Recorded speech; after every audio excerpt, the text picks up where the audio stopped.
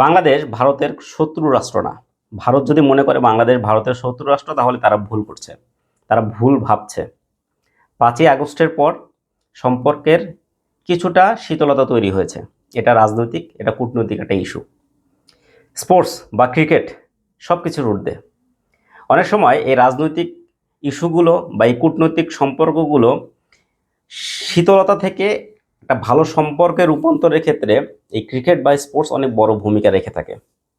কিন্তু বিসিসিআই যে সিদ্ধান্ত নিয়েছে মুস্তাফিজকে আইপিএল খেলতে না দেওয়ার, কেকেআরের হয়ে তিনি আইপিএল খেলতে পারবেন না, এটা একটা ভুল সিদ্ধান্ত, এটা একটা কলঙ্কিত সিদ্ধান্ত। বিসিসিআই এটাও জানে সামনে কয়দিন পরেই বিশ্বকাপ অনুষ্ঠিত হবে তাদের মাটিতে, এবং এই কলকাতার ইডেন গার্ডেনে বাংলাদেশের 3টা ম্যাচ। বাংলাদেশ, আমি জানি বাংলাদেশ খেলতে যাবে হয়তোবা সব কিছুর বাইরে রেখে, কিন্তু একজনের যখন নিরাপত্তা দিতে পারছে না, পুরো দেশের নিরাপত্তা কিভাবে দিবে? একদমই ছোট লোকের সিদ্ধান্ত দিয়েছে ভারত। সিরিয়াসলি বলছি, সোশ্যাল মিডিয়ার চাপে বা বিভিন্ন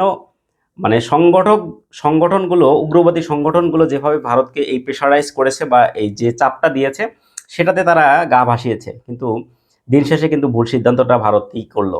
এই ভুলটা ভারতই করলো, কিন্তু দেখভাল করার জন্য বা বিচার চাওয়ার জন্য আইসিসির কাছে আসলে আমাদের সেই সমর্থনটা পাওয়া যাবে কিনা বলে আমি অন্ততপক্ষে বিশ্বাস করি না। কারণ এই আইসিসি আর বিসিসিআই খুব একটা পার্থক্য নেই।